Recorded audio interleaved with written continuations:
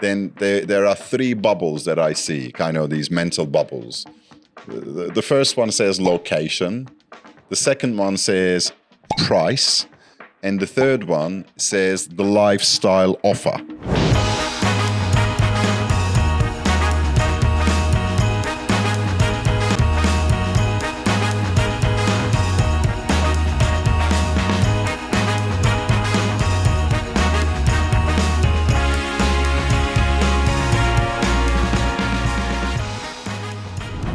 Hey guys, welcome back to another episode of Straight Talk. In this episode, we're here at our Istanbul office with Deggin. Cameron, welcome to the show. Hello there, Latin. How are you? I'm very well, thank you very much. Today, we're going to do a different concept. Today, I wanted to dive deep into your brain and analyze your buying behavior. That's a hell of a task. Yes, you have. Hell of a task. You have recently, well, we all have, but since I'm interviewing you, I'm going to focus on you. You have invested into a project, the Little Bosphorus by Rams project. It's a project that we have been talking about for the past 2 weeks. Really? 2 weeks, yeah. It's very recent. Now, first of all, I would like to identify your reasons of why you have chosen that particular project. What were some of the things that motivated you to pull the trigger? And hopefully by learning these, we can give the audience a shot so they can see for themselves and make up their own decisions. Well, the purchase is purely investment motivated. Right. So, for me, it's an investment. Right. And me personally, I invest in projects that we as a company get behind, because that gives me the security. If as a company we are solidly behind a particular project, then it is only and only because we firmly believe in the viability of the project. Right. So if I believe as a company in the viability of a project, then I should really be putting my money where my mouth is, so to speak. That's usually what I do. It gives me the confidence that I'm doing the right thing. It also gives our company the whip that it needs to run that much faster for that particular project, because we are invested in it ourselves. Right. And, if I am asking an investor to come in and put money himself, if I'm suggesting that, hey, don't miss this, get in here, then if I've done it myself, then it's with that confidence that I'm doing it, and it works. Right. So why did I invest in this one? If I close my eyes and try and basically give you the reasons, then there are three bubbles that I see, kind of these mental bubbles. The first one says location, the second one says price, and the third one says the lifestyle offer of the project. Location, well, it's as central as it gets in Istanbul, where the Golden Horn is, right, which is what we now call the Little Bosphorus. It's to the left-hand side of Golden Horn, so to speak, toward the historic peninsula, that side of the Golden Horn, as opposed to the new modern city side. It's toward the old Istanbul, historic Istanbul side of the Golden Horn. An extremely central location where, relatively speaking, as far as central locations go, there is a big price dip. In other words, if you look at other comparable central locations of Istanbul, and if you look at average prices per square meter and compare it to this particular area is very, very favorably priced today. And there's a reason for it. Cameron, I know you for many years, and I have never seen you talking about Golden Horn or the Little Bosphorus and everything. That price dip was there 4 years ago, 5 years ago, 3 years ago. Yes. But if I know you correctly, you must have seen something, a spark, the beginning of something. Yeah. Therefore, you said, okay, the clock has started ticking now. This particular part of Istanbul, where the Golden Horn is, the two banks of the Golden Horn, just like the Bosphorus, and then as you go further in, beyond, away from the Golden Horn, is the prime regeneration area as far as the government is concerned now. So there is a massive urban regeneration initiative that is hitting this particular area. Mm-hmm. Now, Why is this important? Anyone who's been following us for the past 2-3 years with our straight talks, they know that we are massive followers and great fans of regeneration. Correct. And we always follow regenerations and we always invest in regeneration areas. However, not any regeneration area. We have to make sure that it's the right area, because there have been a lot of regeneration zones in Istanbul that have taken years and years and years to move. Right. Now, there are some areas, in sharp contrast, where regeneration starts and finishes under 10 years, fully. Right. Now, prime example, Bomonti. Right. Prime example, Media Highway. Prime example, Piyale Pasha area. Okay, now, why have these areas been incredibly successful in regeneration? And not only that, why those areas have been incredibly successful in uplifting the general profile of the area, hence the prices in the area. Because if we're investing, we're looking for that uplift. Right. These areas have one thing in common. What was regenerated was industrial areas, which means that as opposed to having hundreds, thousands and thousands of stakeholders, individuals like you in and a I, residential scenario, embedded in those areas, which make it incredibly difficult to negotiate, agree, and put a framework for regeneration, which then takes years and years and years and a lot of court cases to push the regeneration through.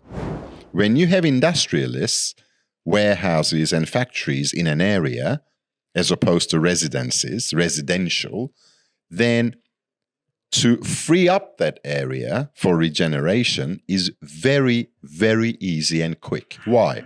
Because instead of dealing with 100 people, you deal with one company. Right. And these industrialists, the warehouses and factories in central Istanbul, they simply have to uplift and get out. Right. Because it's a government initiative to clear central Istanbul of all polluting industries. So this area is the same. They have to go. They have all incentives to go, such as tax breaks and other incentives. Right. This particular area, same as Bomonti, same as Piyale Pasha, will enjoy the same fate. Regeneration is going to be very rapid and very structured. So you have a trust in the process that it Definitely. will be a speedy Well, process. I can see that the regeneration of this particular area is going to be quite rapid, not only because the desire and the will on the part of the government is there to make it happen, but also the private initiative, the private sector that will have to make it happen eventually, will have the ability to quickly salvage land to be regenerated. Because instead of dealing with thousands of stakeholders, they have to deal with a handful of industrialists who already have the incentives to pick up and go. Right. So easy. Now that's the location. You actually wanted to tie the fate of your investment with the vision that is put in place by the municipality and the government. You basically say, okay, I will follow the big guys and I will invest accordingly. The moment I see some of the dynamics, they are set in motion, that's the time that I identify this location and invest. Because at the end of the day, once the municipality and the government is there, once there is a far bigger vision for the area than your 3 properties that you bought from Project X, you're basically tying your fate with the big dogs. 100%. And I can clearly see that the area's profile and hence the average price in that particular area will go up very rapidly for the reasons I explained. We saw the same thing happen in Bomonti. Yes. Exact same thing. Bomonti was also an industrialist area. It was all warehouses, factories, and to some extent still they're there. Right. But a great majority of the factories and warehouses that were in Bomonti 10 years ago, they moved out very quickly. They all moved out. And what do we see there instead? We see luxury residences. Okay, and the area, the whole profile of Bomonti has gone up. 7-8 years ago, $130,000 to $150,000 would buy you a nice one-bedroom apartment in Bomonti in a luxury residence, not just in any old, in a luxury residence. Today, the same property is no less than $400,000. Right. That's quite a substantial uplift. Yes. And most of that uplift happened in about 3 to 4 years. Hence my question to you, Cameron. Now, I have shared a small video about this particular project. We call this project affordable Yes. luxury. In one of the comments, I have heard that somebody said, "Oh, you call $250,000 for a one-bedroom apartment affordable now." Obviously, you need to put certain things into context. If you're buying an entire tower for $1 million, oh, that's affordable. If you're buying a studio apartment for $1 million, that's crazy expensive, right?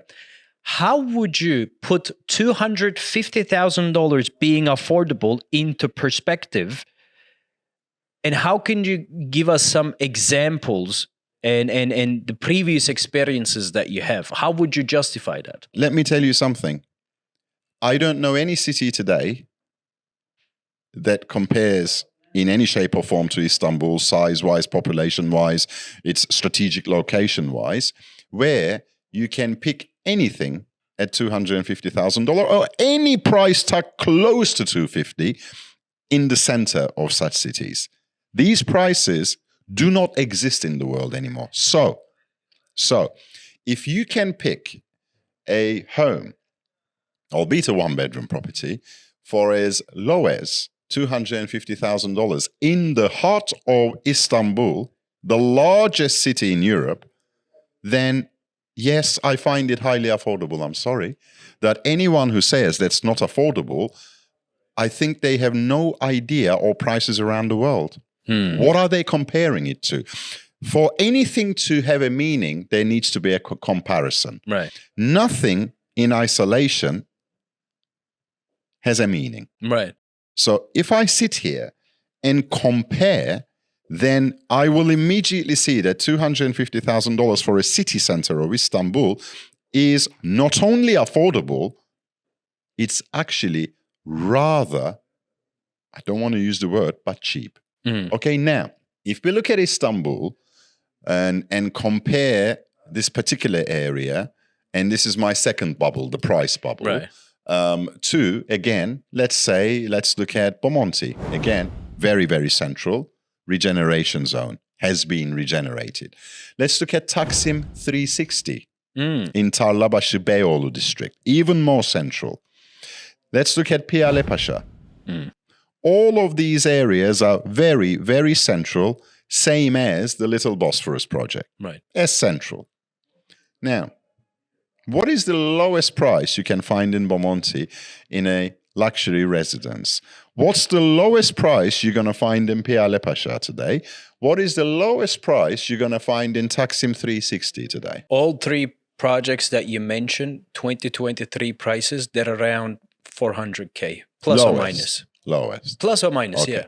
So, a comparable location as central, pre-regeneration, if you can get into that area at 250, when anything comparable to it in central Istanbul starts from 400, then it is affordable. It is affordable luxury, and it is a massive case for investment. Question. You named these Yes. three comparable projects, Yes. Piyalepaşa, Taksim 360, Yes. and the projects in Bomonti. Yes. What I take from what you just said, you basically expect the 250 price to go up to the levels of around $400,000 Within 2 years. within 2 years. 2.5 years. And you say Taksim 360, Piyalepaşa, they rode the wave. They They did. are mature. They did. What were you doing Okay. All when right. the wave Okay. All right. was coming in? Now, this because is- okay, those this are is the the- projects right next to your You're nose. right. Yeah. This is a very, very good question. And I will put my hand up and I will also speak of the errors I made. Yeah. Piyalepaşa, I didn't invest in it. When it was at grassroots level, it was, off plan. we were invited to go in and front the project and to invest in it. I looked at it at the time, and this was 7 years ago, 6 years ago, when it was being built. Something like that. I looked at it at the time, and I held a view that the area will take a very long time to regenerate, because I looked at the massive shanty town literally immediately behind Piyale Pasha. Immediately. You know the area I'm talking about. I do. Massive shanty town. And I said to myself, looking at this massive shanty town immediately behind, and the district itself leaves a lot to desire too, I don't see this area uplifting itself any time before 10 years. And I said to myself, as an investor, I'm not in it to wait 10 years. I want to go in and out within 3.5 years at the most. This is what I do. So I said to myself, there's no way Piyale Pasha will give me that. I was so wrong there. So wrong. Because what I could have bought at the time for under $150,000, within 3 to 4 years, rose up to $350,000, $400,000. Right. And you know the prices today. So I was wrong with Piyale Pasha. You was wrong with Taksim 360 I was also. wrong with Taksim. Well, I wasn't very wrong with Taksim 360, because in fact, if you know the full history of Taksim 360, it took a long time to get there. It did take a very, very long time, because there were quite a few court cases that were extremely difficult to unravel. So it stopped the development of the project for up to 8 years, in fact. 8 years. So for 8 years, nothing could have been done there. What is it about the Little Bosphorus by Rams project that gives you the symptoms of the price going from 250 to 400? All right. Now, where I had big gains, where I invested wisely, and I could smell what was going to happen, was Bomonti, because I lived in Bomonti. So it was familiar ground. So I could literally see it day by day. I could feel it, see it. So I was right there. So I invested heavily in Bomonti. I feel the same way about Little Bosphorus. Why? It's again warehouses, factories. It's it's very, very central. It's very well connected and accessible. The access is amazing, because what made Bomonti very prime is the circular road going around, and once the tunnel was opened, Bomonti was firmly on the map from that day on. And it became, all of a sudden, it became the jewel in the crown. Because prior to that, Bomonti was a no-go area. Yeah. But then the access, the circular round around it, the tunnel, in and out, easily. Well, same thing here, because you got E5 that circulates it, and then you've got, well, literally, you're adjacent to the old Constantinople, the old city walls. Right. So this is history, thousands of years of history. You're right next door to it. So you're right at the entrance of the historic peninsula. Right. Very important part for Istanbul, historic peninsula. And you got full access, and you've got the industry. And you have that has to get out. You have a metro station adjacent to the land plot of Little Bosphorus by Rams project. Yeah. You have a metro station, a station, not a line. A station that you have to walk. Is some projects are being marketed, oh, metro is passing by. Okay, I see the railways, but where's the station? Station's like 10 minutes away. You know, you have a station there. Yeah. You have a metro bus station, again, direct access, and you have a tramway station on the other side. So all three corners, apart from the two major highways that are circulating it, there's more about accessibility with the public transportation. No, absolutely. So all the indications are there that the area will be regenerated successfully, and more importantly, rapidly. Now, these are the factors that you need for the uplift. Right. I'm extremely confident with this particular location. Let me assure you with an insider information. You know, we have the exclusive sales rights of this project. We operate the sales office and everything. Obviously, we have all the stock number, the number of units that are left. We have all the prices, and we have all the scheduled price increases of the developer. I know this for a fact that it will happen. I know. Because because it's right there. The costs are there, the projections are there, everything is there. Even without the area pushing the prices up, the developer will. Because the developer have sold a lot. Why the developer have sold a lot in such a short time is because of the design and concept and the lifestyle offering that is put in place, which is your third bubble. Yeah. The lifestyle. In fact, what we called the project in our own marketing material is Big Life by Little Bosphorus. Right. So because it is a big life, I mean, there are two sections to this development. 2 phases, yeah. 2 phases. Phase number 1 is around 600 units, right, and some shops and commercials. Phase 2 is another 1,400 units. 1,400. So altogether, wow, you're looking at 2,000 homes, shopping mall, extensive recreational areas such as parks, playgrounds, water features, waterfalls. Oh, they have designed some unbelievable little touches. A prime neighborhood. A neighborhood. So basically what they're doing there is they're creating a proper neighborhood. Right. Proper neighborhood, contemporary, very functional, very aesthetically pleasing in central Istanbul. So in itself, 2,000 homes, the shopping mall, and this beautiful neighborhood that is being created, in itself, that will pull other developers to come in. This is what developers look for. They look for an area where change is happening rapidly, but where other developers have come in and invested, because money attracts money. I've been living in the city for a long while, and I have seen these landmark projects, yes, and their impact on the very location that they are, where they are created. I was able to witness a few of those as they were happening. One, Zorlu Center. Now, maybe our audience is not familiar with Zorlu Center, but it's a residential project that has a shopping mall downstairs, event centers. Anything contemporary is in Zorlu Center. Any event, any new musical that is coming in, any artist putting up a show, it's always in Zorlu Center. Zorlu Center has become a hub for contemporary, yes, artists. And yes, Jamie Oliver, you know Jamie Oliver? Naked Chef. The Naked Chef. Jamie Oliver has opened up a restaurant in Zorlu Center called Jamie's Italian. Oh, now, of course, okay, where else do these people go to? They go to places like Zorlu Center. Another example of that is Büyükyalı, where you have Fişekhane, yes, how they, yes, transformed it with cinema rooms. They took the history in Büyükyalı, they have renovated it and created a lifestyle / shopping mall / yes, a small expo center and everything. Do you not hear these days every event that is taking place, it's taking place in Fişekhane?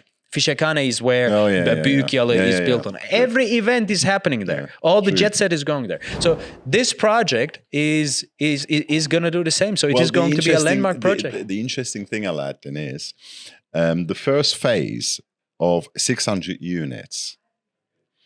The projection for the 600 units it's like Turkish sales and foreign sales. Yeah, foreign sales are projected as maximum 100. Out of the 600. Mm-hmm. And the interesting thing is, Alaaddin, it's only been 2 weeks, as you know, yeah, since initial investors are invited to come in. Right. Out of the 600, they already reserved, some fully paid, 300 units. I know. So already... How sad is that? Already half of the first phase is sold. Yeah. So we got 300 units remaining. Yeah.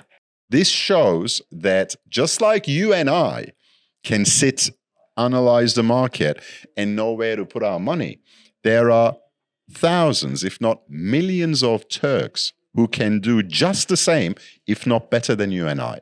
Because it's their city, it's their country, they have the money in their pocket, and they follow, and they know where to put their money. When I was there last weekend, mm-hmm, not yesterday, not this weekend, the weekend before, when they very first started selling, it was a mayhem in their sales office.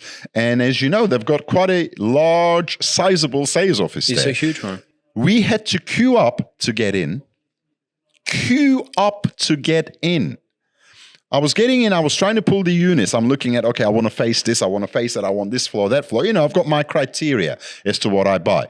And my criteria always, I never buy the most expensive unit, but I never buy the cheapest unit. I tend to go kind of halfway house because in my experience, for investment, halfway house is better. It tends to have a larger room to grow.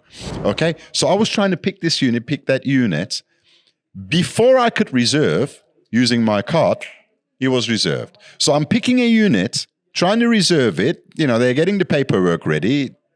They're a bit slow. It takes time.